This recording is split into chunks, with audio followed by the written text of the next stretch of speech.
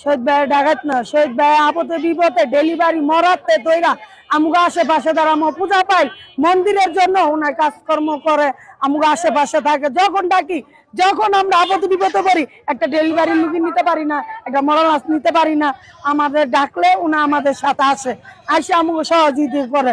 এই যে 7 নম্বর 8 নম্বর আলামিনে যে এমপি হলো, উনি আসে দেখছে কোন লুটে কোন কাজ হয়, কোন মানুষটা কোন বাসায় থাকে, কোন অবস্থায় থাকে। ওনার খোঁজ খবরটা লইছে, লয় নাই। ওনার কেন শহীদের নামে এইটা বদনামটা বলবো? সন্ত্রাস, চাঁদাবাজ, ওনার একটা প্রমাণ দাও, প্রমাণ দাও। আমরা কি করতে পারি শহীদ ভাইয়ের জন্য? ওনা আইসা দেখুক, ওনার জন্য হয়তো মারতে পারি, নাহলে মারতে পারি।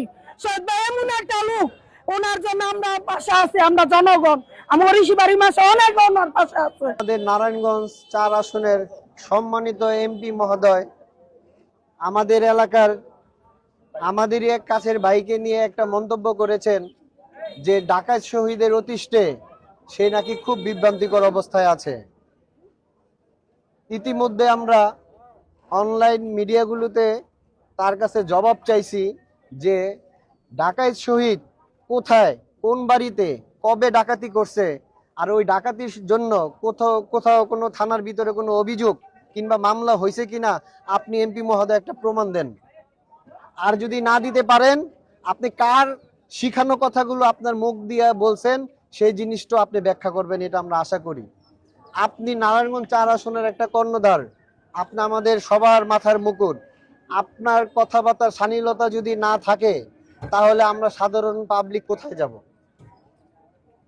আমরা আপনাকে 4 আসনের এমপি বানিয়েছি 4 আসনকে উন্নয়ন করার জন্য। আপনি এই কাশীপুর ইউনিয়নকে আপনি সিটি কর্পোরেশনের হাতে হস্তান্তর করে দেওয়ার জন্য সর্বপ্রথম আপনি হাত তুলছেন। কেন তুলছেন? তাহলে আপনাকে এমপি কেন বানিয়েছি আমরা? সিটি কর্পোরেশন যদি উন্নয়ন করে তাহলে আমরা কেন আপনাকে এমপি বানিয়েছি? আর আরেকটি কথা হচ্ছে, আমি রাজ সাক্ষী এবং আমি জানি বিভিন্ন মহল দিয়ে নির্বাচনের আগে এই শহীদকে বিভিন্ন লোক দিয়ে সে শহীদের সাথে বসে আলাপ আলোচনা করার জন্য, বৈঠক করার জন্য একাধিকবার চেষ্টা করেছে। তার এই ডাকে শহীদ সাড়া দেয়নি, সেই বিদায় সেই মনোক্ষুণ্ণ তার ভিতরে এখনো আছে। আর ওই মনোক্ষুণ্ণর একটা দিক হচ্ছে কালকে সে যেই বক্তব্যটা দিয়েছে সেটা হচ্ছে শুধুমাত্র সে চাচ্ছে হচ্ছে তার এনসিপির কোনো কর্মী নাই। আপনারা ভালো করে জানেন জনগণের আবেগের কারণে হঠাৎ করে সে এমপি হয়ে গিয়েছে, তার কোনো কর্মী বাহিনী নাই, নেতা বাহিনী নাই, 2-1 ছেঁচড়া নিয়ে সে এমপিত্ব করতেছে।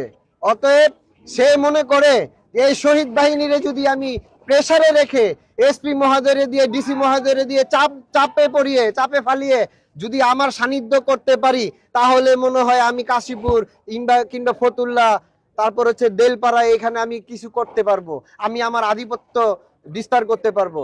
অতএব এমপি মহোদয়কে আমি স্পষ্ট বলতে চাই, শহীদ বাপ্পি ওরা যারাই আছে এদেরকে টাকা দিয়ে ভয়ভীতি দিয়ে আপনারা কিনতে পারবেন না। শহীদ কাশীপুর ইউনিয়নের যে ঈদগাহ, জাতীয় ঈদগাহ, এই ঈদগাহ কমিটির উন্নয়ন কমিটির উনি একজন সদস্য এবং আমি একজন সদস্য। এই হিসাবে ওই যে টাকার কথা বলছে, টাকা দিয়ে শহীদরে কিনা যায় না, এটার প্রমাণ হচ্ছে আমি নিজে যার কাছ থেকে ওই জমিটা রাখা হয়েছিল, যে রাখছিল আটকায়া বাদল মিয়ার ছত্রছায়ায়, এই বাদল মিয়ার থেকে ছুটানোর জন্য শহীদের অফার করা হয়েছে যে 5 লক্ষ টাকা দেওয়া হইব, তুমি এই জায়গা থেকে খালি একটু সরে যাবে, তুমি থাকবা না। শহীদ আমাদের সাথে আলোচনা করছে একটাই, যে এইখানে শেষ ঠিকানা আসলাম ভাই, এটা কিন্তু শেষ ঠিকানা, এটা কিন্তু টাকা কামানোর জায়গা না। এই শহীদদের আমি এই পরিচয়ে চিনি। ওর নামে মিথ্যা অভিযোগ দেওয়া হয়েছে, চাঁদাবাজি, সন্ত্রাসী, এই মাদক ব্যবসায়ীর সাথে জড়িত। এটাকে প্রোটেক্ট দেওয়া যেতে পারবে? তুই হইছে আমাদের হইছে গরিবের দুঃখের পাশে থাকে সবসময়। তুই আপনার এই এলাকায় কাশীপুর তো ধরে ভাবলেন যে কোনো জায়গায় জিগাবেন তুই কিরকম লোক? এই যে আলামিনে যে এরকম ডর ভয় দেখায়, টাকা দিয়ে কি বাপ্পি শহীদ পাবো কিনতে পারবে? জীবনও পারবে না। ওরা ভয় দেখায়, ওরা সবসময় ভয় দেখায় আছে। কি এমপি আলামিন যে কথাটি বললো তার বিচার কি হবে? সে মিথ্যা অভিযোগ দিয়েছে। এই যে শহীদ বাপিকে ওরা যে ভয় দেখানো, টাকা ধরে কি টাকা দিয়ে কিনতে পারবে? ওগো জীবনও পারবে না। ওরা মিথ্যা অভিযোগ দিলে না। আমি কাল আলামিনের এমপি আলামিনের হাত ভেঙে দিতে চাই।